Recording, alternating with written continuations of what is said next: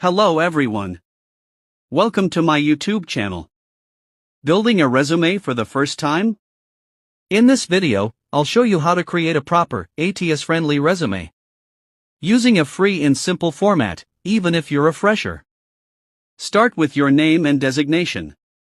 Add your mobile number, email ID, and LinkedIn profile. Then include an executive summary, followed by internships or work experience, skills, education, and languages known.